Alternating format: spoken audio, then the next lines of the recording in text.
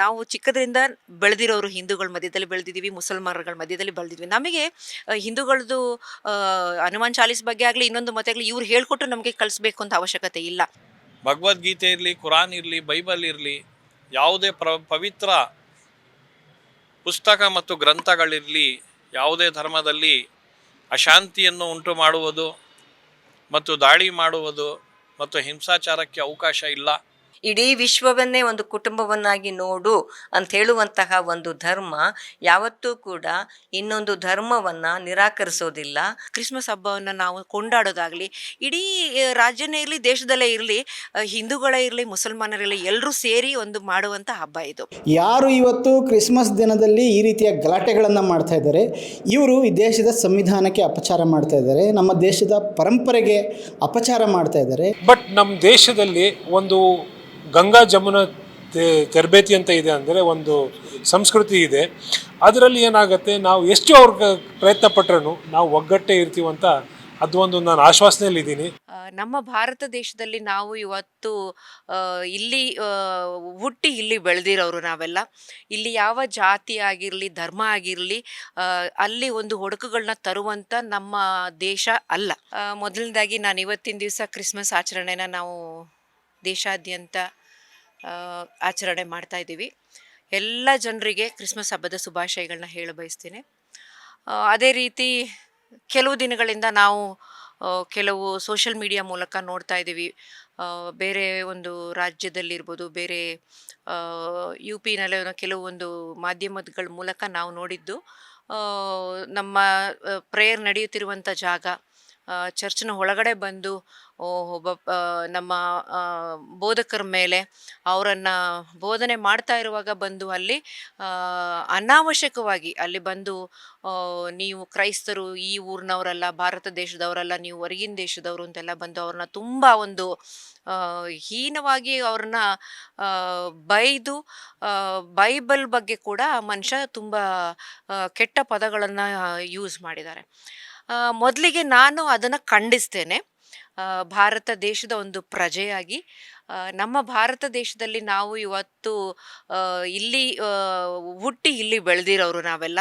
ಇಲ್ಲಿ ಯಾವ ಜಾತಿ ಆಗಿರಲಿ, ಧರ್ಮ ಆಗಿರಲಿ, ಅಲ್ಲಿ ಒಂದು ಒಡಕುಗಳನ್ನ ತರುವಂಥ ನಮ್ಮ ದೇಶ ಅಲ್ಲ. ಕ್ರಿಸ್ಮಸ್ ಹಬ್ಬವನ್ನು ನಾವು ಕೊಂಡಾಡೋದಾಗಲಿ, ಇಡೀ ರಾಜ್ಯನೇ ಇರಲಿ, ದೇಶದಲ್ಲೇ ಇರಲಿ, ಹಿಂದೂಗಳೇ ಇರಲಿ, ಮುಸಲ್ಮಾನರಿರಲಿ, ಎಲ್ಲರೂ ಸೇರಿ ಒಂದು ಮಾಡುವಂಥ ಹಬ್ಬ ಇದು.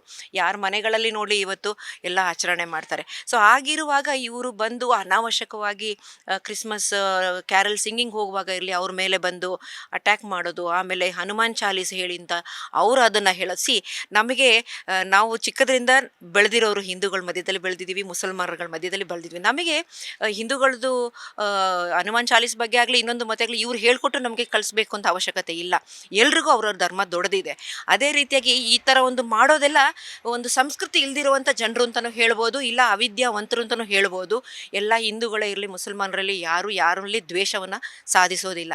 ಹಾಗಾಗಿ ನಾನು ಇವತ್ತಿನ ದಿವಸ ಏನು ಹೇಳ್ತಾ ಇದ್ದೀನಿ ಅಂದರೆ, ಒಂದು ಭಾರತೀಯ ಕ್ರೈಸ್ತಳಾಗಿ ನಾನು ಇವತ್ತು ಮಾತಾಡ್ತಾ ಇದ್ದೀನಿ. ನನ್ನ ಧರ್ಮ ಇರಲಿ, ನನ್ನ ಧರ್ಮ ನನಗೇನು ಕಲಿಸಿದೆ ಅದನ್ನು ನಾವು ಮಾಡ್ತೀವಿ. ಅದೇ ರೀತಿ ಎಲ್ಲ ಧರ್ಮವೂ ಅವರವರ ಧರ್ಮದಲ್ಲಿ ಏನು ಹೇಳ್ಕೊಟ್ಟಿದೆ ಅದನ್ನು ತಾನೇ ಒಳ್ಳೆಯದನ್ನೇ ನೆನೆಸ್ತೀವಿ. ಹಾಗಾಗಿ ಈ ಥರ ಒಂದು ಸಣ್ಣ ಪುಟ್ಟ ಜನರು ಬಂದು ಗದರಿಸೋದು ಅಥವಾ ಇನ್ನೊಂದು ಮತ್ತೊಂದು ಹೇಳೋದ್ರಿಂದ ನಮಗೆ ಅದ್ರ ಬಗ್ಗೆ ಯಾವುದೂ ಒಂದು ಬೇಜಾರು ಇಲ್ಲ. ಏಕೆಂತಂದರೆ ಕ್ರೈಸ್ತರ ಒಂದು ನಮ್ಮ ಸಂದೇಶ, ನಮ್ಮ ಯೇಸು ಸ್ವಾಮಿಯವ್ರ ಸಂದೇಶ ಕಲಿಸಿದ್ದು ಏನು ಅಂತ ಹೇಳಿದ್ರೆ ಪ್ರೀತಿ.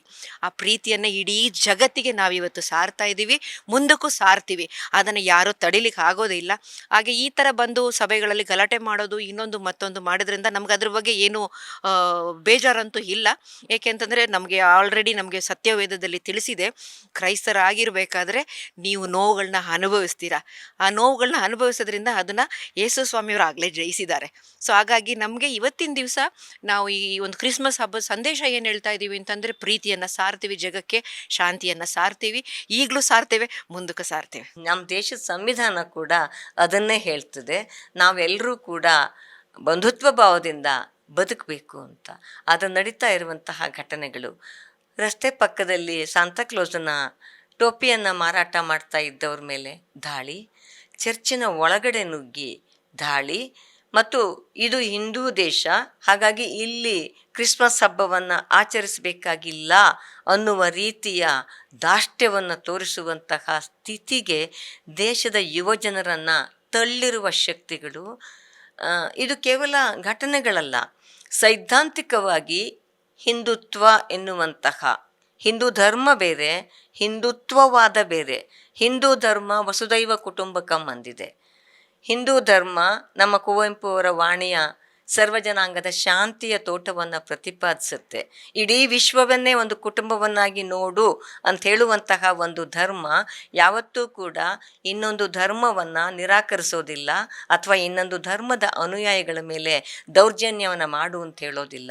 ಆದರೆ ಇವತ್ತು ಈ ದೌರ್ಜನ್ಯಕ್ಕೆ ಪ್ರಚೋದನೆಯನ್ನು ಮಾಡ್ತಾ ಇರುವಂಥವರು ಹಿಂದುತ್ವವಾದಿಗಳು. ಅಂದರೆ ಪರಮತ ಸಹಿಷ್ಣುತೆ ಇಲ್ಲದಿರುವಂತಹ, ತಮ್ಮ ಮತವೇ ಶ್ರೇಷ್ಠ ಅಂತ ಹೇಳುವಂತಹ ಹಿಂದೂ ಧರ್ಮದ ವಿರೋಧಿಗಳಾಗಿ ಹಿಂದುತ್ವವಾದವನ್ನು ಪ್ರತಿಪಾದಿಸ್ತಾ ಇರೋಂಥವ್ರು.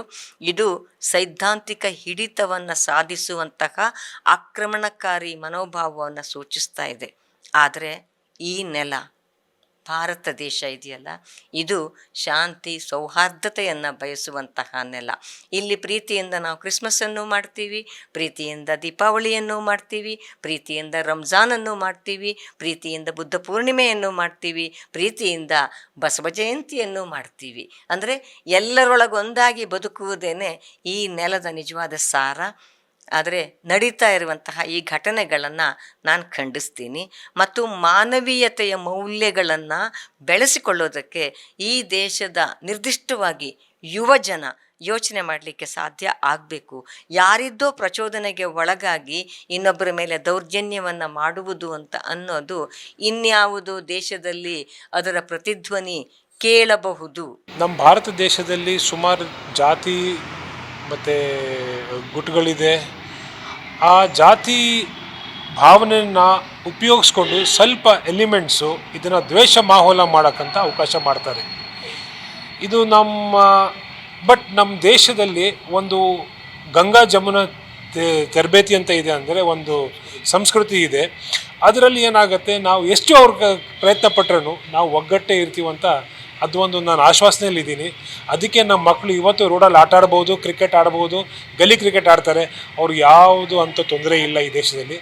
ಬಟ್ ನಾವು ಬೇರೆ ದೇಶದಲ್ಲಿ ನೋಡಿದ್ರೆ ಅಂಥ ದೇಶಗಳಿದೆ, ಮಕ್ಕಳು ಒಬ್ಬರೇ ಹೋಗ್ತಾಯಿದ್ರೆ ಎತ್ಕೊಂಡು ಹೋಗ್ಬಿಡ್ತಾರೆ, ಕಿಡ್ನ್ಯಾಪ್ ಆಗಿಬಿಡ್ತಾರೆ. ಅಂಥ ಪರಿಸ್ಥಿತಿ ನಮ್ಮ ದೇಶದಲ್ಲಿ ಇಲ್ಲ. ನಾವು ಪೊಲಿಟಿಷಿಯನ್ಸು ಮತ್ತು ಅವರೆಲ್ಲ ಸೇರಿಬಿಟ್ಟು ಇಂಥ ಎಲಿಮೆಂಟ್ಸ್ನ ಎಜುಕೇಟ್ ಮಾಡಬೇಕು. ಅವ್ರು ತಪ್ಪು ಸಿಚುವೇಶನ್ ಕ್ರಿಯೇಟ್ ಮಾಡ್ತಾವ್ರೆ, ಅವ್ರಿಗೆ ಎಜುಕೇಟ್ ಮಾಡಿಬಿಟ್ಟು ಅವ್ರಿಗೊಂದು ಸರಿ ದಾರಿ ತೋರ್ಸೋದಂಥ ಪ್ರಯತ್ನ ಪಡಬೇಕು. ಇಲ್ಲಾಂದರೆ ಶಿಕ್ಷೆ ಕೊಡೋಕ್ಕೆ ನಮ್ಮ ಜಸ್ಟಿಸ್ ಸಿಸ್ಟಮ್ ಇದೆ. ಇನ್ನು ಒಂದು ಧರ್ಮದ ಮೇಲೆ ಇನ್ನೊಂದು ಹಿಂಸಾಚಾರಿಗಳು ಮತ್ತು ಕೋಮು ಭಾವನೆಯನ್ನು ಇಟ್ಟಿರುವಂತಹ ವ್ಯಕ್ತಿಗಳು ಹಲವಾರು ಕಡೆ ದಾಳಿ ಮಾಡಿರೋದನ್ನು ಸಹ ಮಾಧ್ಯಮದಲ್ಲಿ ಕಂಡು ಬಂದಿದೆ. ಅದಕ್ಕೆ ನಾವು ತೀವ್ರ ಖಂಡಿಸ್ತೀವಿ. ಭಗವದ್ಗೀತೆ ಇರಲಿ, ಕುರಾನ್ ಇರಲಿ, ಬೈಬಲ್ ಇರಲಿ, ಯಾವುದೇ ಪವಿತ್ರ ಪುಸ್ತಕ ಮತ್ತು ಗ್ರಂಥಗಳಿರಲಿ, ಯಾವುದೇ ಧರ್ಮದಲ್ಲಿ ಅಶಾಂತಿಯನ್ನು ಉಂಟು ಮಾಡುವುದು ಮತ್ತು ದಾಳಿ ಮಾಡುವುದು ಮತ್ತು ಹಿಂಸಾಚಾರಕ್ಕೆ ಅವಕಾಶ ಇಲ್ಲ. ಎಲ್ಲ ಪವಿತ್ರ ಗ್ರಂಥಗಳಲ್ಲಿ ಶಾಂತಿಯನ್ನು ಕಾಪಾಡೋದು ಮತ್ತು ಮನುಷ್ಯತ್ವವನ್ನು ನಾವು ಬೆಳವಣಿಗೆ ನೀಡೋದು, ಪ್ರೀತಿ, ಸ್ನೇಹ, ಮನುಷ್ಯತ್ವ, ಇದಕ್ಕೆಲ್ಲ ದಾರಿ ತೋರ್ಕೊಟ್ಟವ್ರೆ ಎಲ್ಲ ಸೂಫಿ ಸಂತರು. ಅದನ್ನೇ ನಾವು ನಮ್ಮ ದಾರಿದೀಪವನ್ನು ನಾವು ಅನ್ಸ್ಕೊಂಡು ನಾವು ಅದ್ಮೇಲೆ ನಾವು ನಡ್ಕೊಂಡು ಜೀವನ ಸಾಧಿಸ್ಕೋಬೇಕಾಗತ್ತೆ. ಎಲ್ಲ ವಿಶ್ವದಾದ್ಯಂತ ಕ್ರೈಸ್ತ ಸಮುದಾಯದ ಸಹೋದರ ಸಹೋದರಿಯರು, ತಾಯಿ ತಂಗಿಯರು, ಅಣ್ಣ ತಮ್ಮಂದಿರು ಎಲ್ಲರಿಗೂ ನಾವು ಹೃದಯಪೂರ್ವಕವಾಗಿ ಈ ಕ್ರೈಸ್ತ ಹಬ್ಬ ಹ್ಯಾಪಿ ಕ್ರಿಸ್ಮಸ್. ಇದು ಹಿಂದೂ ರಾಷ್ಟ್ರ ಅಂಥೇಳಿ ಅವರು ಘೋಷಣೆ ಮಾಡಿ ಎಲ್ಲ ಕಡೆ ಡಿಸ್ಟರ್ಬ್ ಮಾಡೋವಂಥದ್ದು, ಕ್ರಿಸ್ಮಸ್ ಆಚರಣೆಗೆ ತೊಡಕುಂಟು ಮಾಡೋದು, ಇದೆಲ್ಲ ನಡೀತಾ ಇದೆ. ಇದೆಲ್ಲ ನೋಡ್ತಾ ಇದ್ದರೆ ನಾವೊಂದು ಸುಮ್ಮನೆ ಯೋಚನೆ ಮಾಡೋದಾದರೆ, ಈಗ ನಾವು ದೀಪಾವಳಿ ಆಚರಣೆ ಮಾಡ್ತೀವಿ, ಯುಗಾದಿ ಆಚರಣೆ ಮಾಡ್ತೀವಿ. ಅವತ್ತು ನಮಗೆ ಯಾರು ಬೇರೆ ಧರ್ಮದವರು ಬಂದು ನಮಗೆ ತೊಂದರೆ ಕೊಟ್ಟರೆ ಆವಾಗ ನಮಗೇನು ಅನ್ನಿಸ್ಬೋದು? ಆದರೆ ನಾವು ಒಂದು ದೇಶ ಅಂತೇಳಿದರೆ, ನಮ್ಮ ಭಾರತ ದೇಶ ಅಂಥೇಳಿದರೆ, ಇದು ಒಂದು ಎಲ್ಲ ಬೇರೆ ಬೇರೆ ಧರ್ಮಗಳು, ಹೆಚ್ಚು ಕಡಿಮೆ 79 ಧರ್ಮಗಳಿದ್ದಾವೆ ನಮ್ಮ ದೇಶದಲ್ಲಿ, ಸಣ್ಣ ಪುಟ್ಟ ಎಲ್ಲವೂ ಸೇರಿ. ಸಾವಿರಾರು ಭಾಷೆಗಳನ್ನು ಮಾತಾಡುವಂಥ ಜನ ಇದ್ದಾರೆ, ಎಷ್ಟೋ ಸಾವಿರಾರು ಸಂಸ್ಕೃತಿಗಳಿದ್ದಾವೆ, ಎಲ್ಲವೂ ಸೇರಿರ್ತಕ್ಕಂಥ ಒಂದು ದೇಶ ನಮ್ಮದು. ನಮ್ಮ ಸಂವಿಧಾನದಲ್ಲಿ ನಾವು ಮೂಲಭೂತ ಕರ್ತವ್ಯಗಳನ್ನು ಅದಕ್ಕೋಸ್ಕರನೇ ಮೂಲಭೂತ ಕರ್ತವ್ಯಗಳಲ್ಲಿ ಆರ್ಟಿಕಲ್ 51A ಮತ್ತು F ಏನು ಹೇಳುತ್ತೆ?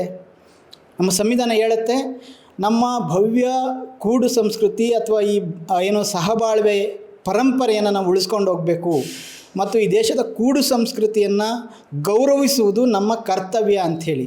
ಯಾರು ಇವತ್ತು ಕ್ರಿಸ್ಮಸ್ ದಿನದಲ್ಲಿ ಈ ರೀತಿಯ ಗಲಾಟೆಗಳನ್ನು ಮಾಡ್ತಾಯಿದ್ದಾರೆ, ಇವರು ಈ ದೇಶದ ಸಂವಿಧಾನಕ್ಕೆ ಅಪಚಾರ ಮಾಡ್ತಾಯಿದ್ದಾರೆ, ನಮ್ಮ ದೇಶದ ಪರಂಪರೆಗೆ ಅಪಚಾರ ಮಾಡ್ತಾಯಿದ್ದಾರೆ. ಇಲ್ಲಿ ಬಂದು ಹಿಂದೂ, ಮುಸ್ಲಿಂ, ಸಿಖ್, ಪಾರ್ಸಿ, ಜೈನ್, ಬುದ್ಧಿಸ್ಟು ನಾವೆಲ್ಲ ಬ್ರದರ್ಸು.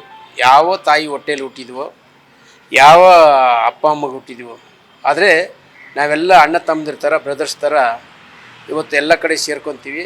ಹಬ್ಬ ಹರಿದಿನಗಳನ್ನ ನಾವೆಲ್ಲ ಒಟ್ಟಿಗೆ ಆಚರಣೆ ಮಾಡ್ತೀವಿ. ಇದು ದೇಶಕ್ಕೆ ಒಂದು ಮಾದರಿ ಆಗಿರಬೇಕು, ಪ್ರಪಂಚಕ್ಕೆ ಒಂದು ಮಾದರಿ ಆಗಿರಬೇಕು ಅನ್ನೋದು ನಮ್ಮ ಉದ್ದೇಶ. ಎಲ್ಲರೂ ಒಂದು ಏನು ಸಮಾಧಾನದ ದಾರಿಯಲ್ಲಿ ಹೋಗಬೇಕು ಅನ್ನೋದು ನಮ್ಮ ಉದ್ದೇಶ. ಅದಕ್ಕೋಸ್ಕರ ಕ್ರಿಶ್ಚಿಯನ್ಸು ಅದನ್ನು ಸ್ಟಾರ್ಟ್ ಮಾಡಿದವರು, ಕ್ರಿಶ್ಚಿಯನ್ಸ್ ಅದಕ್ಕೆ ಆ ಸಮಾಧಾನದ ದಾರಿಯಲ್ಲಿ ಹೋಗಬೇಕು ಅನ್ನೋದು ನಮ್ಮ ಉದ್ದೇಶ.